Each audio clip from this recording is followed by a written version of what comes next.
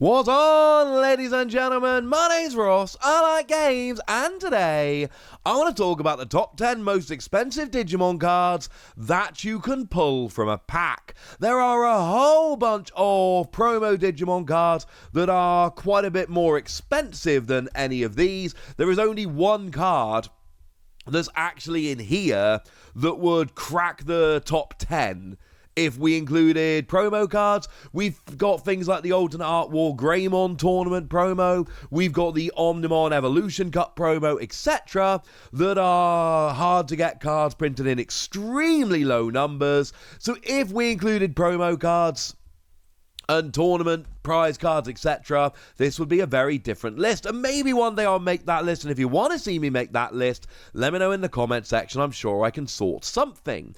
But today I want to focus on cards that you can actually pull from a pack, because the reality is the majority of you, you're either entering a tournament knowing what the prize is or you're not. It's not that impressive, whereas actually opening packs, it's nice to know what the best we can open is.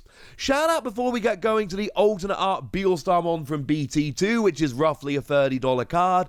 I am going to put prices on these cards, but I want you all to know that they must be taken with a pinch of salt, because prices change a lot, vary from place to place, etc. So I'm giving you the best I can in terms of prices. Do take it with a pinch of salt. BEELSTARDON is the most expensive card from BT2.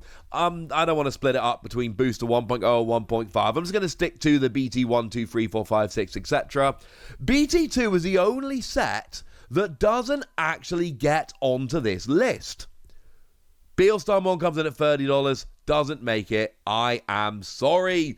So in at number 10, we have got ourselves the Gabumon Alternate Art. This is, of course, Gabumon Bond of Friendship, the really big one.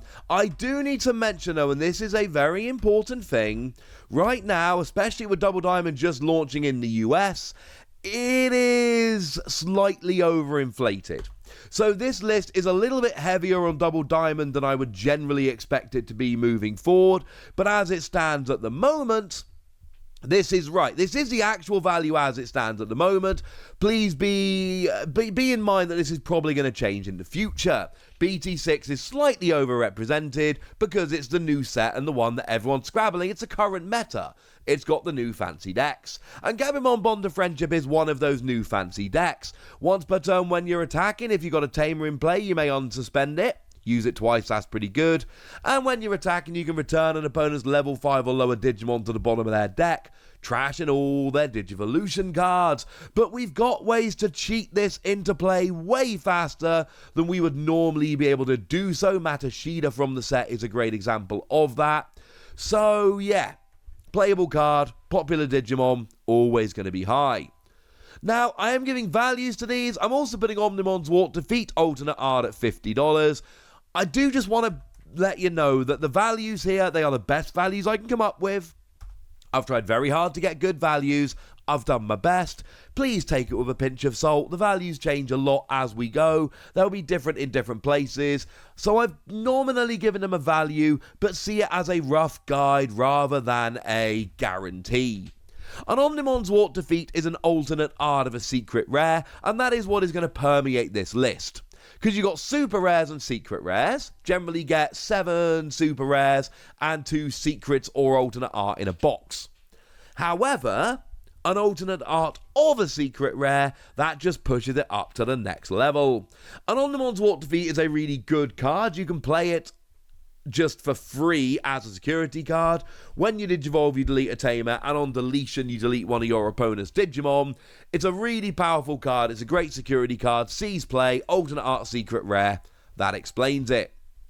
In at number 8, we've got the Alternate Art of Jesmon, and this is one that I do not expect to hold this value in the future. If you want this to bling out your deck, great. Otherwise, this is one to hold off on for now. Because right now, it's like a $55 card. It's pretty expensive. But the thing is, it's the hot new deck. The hot new deck out of BT6, or at least one of a few, is Jesmon.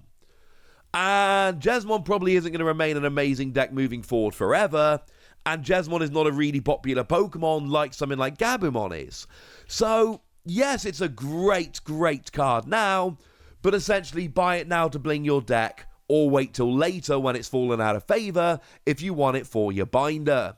When you're attacking, you can play a Digimon with Systemon in its name from your hand or trash for free, and on your turn, once per turn, when you play another Digimon, you get plus 3,000 power and piercing. It's great, and it's probably going to be a good deck for a while, but it might well not be the number one deck. Because certainly over in Japan right now, they're moving over into Jogress, etc. That is what is lighting the metagame on fire. Cool card. Wait if you just want it for your binder. In at number 7, we've got Alternate Art LILLITBULON, which is the most expensive card from BT3. And this is for a couple of reasons. Firstly, LILLITBULON is a popular Digimon, so, you know, there is that. And secondly, you got that LILLITBULON loop deck that people are pretty into. So, yeah.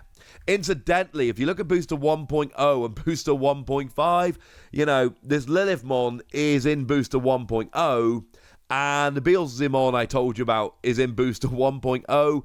Booster 1.0 has the better cards over Booster 1.5, at least in terms of jumping up this list, because there is, you know, the most expensive card from BT1 is also from Booster 1.0. So if you're looking to try and pull the good cards, that is definitely the one to go for.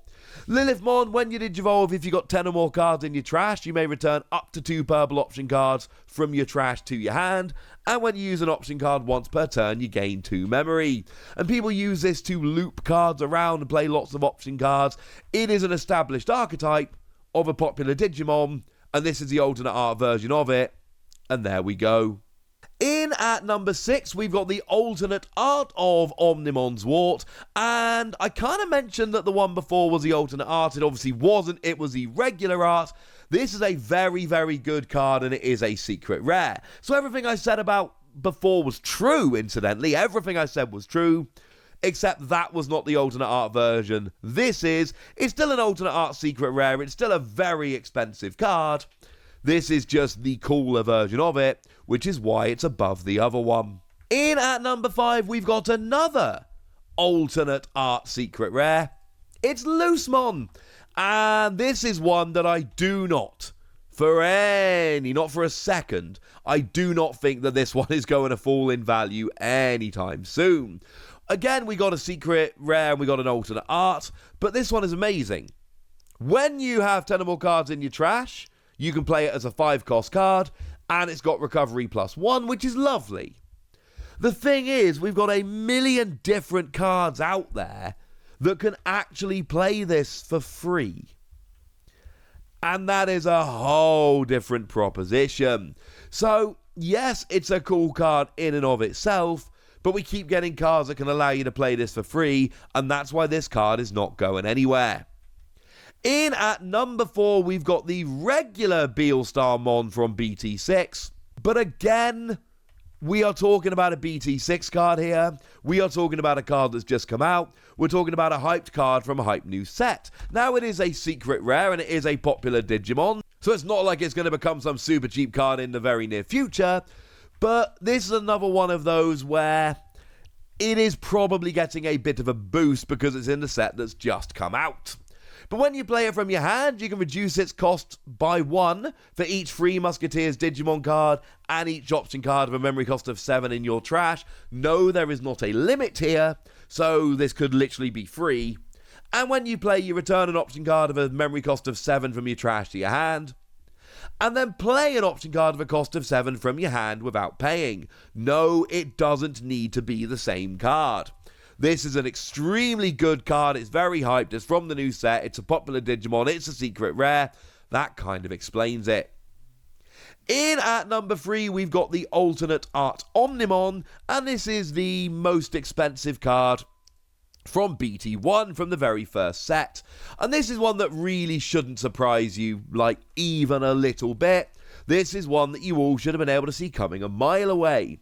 Now, interestingly enough, this isn't a secret rare. This is actually an alternate art of a super rare. But it is more desirable because Omnimon... I often hear Omnimon described as the Charizard of Digimon, and that seems to honestly be pretty accurate. It is a very popular, one of the most popular Digimon. And I know I say that about most of the cards on this list, but there's a reason why they're on this list. It's also an extremely powerful card. Delete all of your opponent's Digimon sharing a particular name of your choice, and when you're attacking, you can unsuspend it if you return a level 6 Digimon from under it to your hand. But the legend of Omnimon is growing, and this is the alternate art version of it, and it very much deserves its place on the list. Now, in at number 2, we got a new entry for the alternate art BEELSTARMon, and I don't really need to say much about this because we've covered it quite nicely. Everything I said about BEELSTARMon is true, except rather than being a secret rare, this is an alternate art of a secret rare with a much lower pull rate, which makes it much more valuable. And then in at number 1, you all saw it coming, it's White Omnimon. And this is one of those cards. I did a whole video the other day just trying to find a value for this card. And yeah. I don't know, ladies and gentlemen. I don't know. This is an extremely expensive card that is very, very difficult to pull. And nobody really knows what the value of this is. Nobody knows exactly where this is going to settle. This is one of those where we're going to have to, I don't know, wait and see. But everything I said about the previous one is true. It's the same card. It's just the best version of it. The last couple of solds over on US eBay were $1,300 and $2,200, although they were from the UK and Italy because, again, the set's kind of just coming out in the US.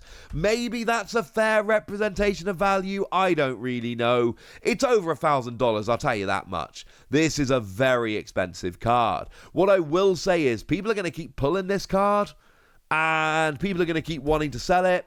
So don't buy it right on release. Give it a little bit for the price to go down if you're going to be buying it. So there we go, ladies and gentlemen. Those are the most expensive cards that you can pull out of Digimon booster packs. And now it's over to you guys. Have you personally pulled any of the cards on this list out of packs? I think I've pulled 2 of them. I think 2 for me. Let me know in the comment section what the number is for you. Go nuts! Be nice!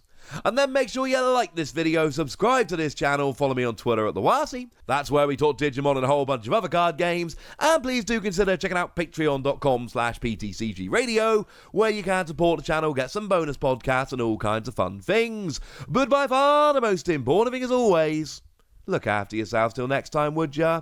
Thank you very much for watching. My name's Ross, and you've been watching Wassy Plays.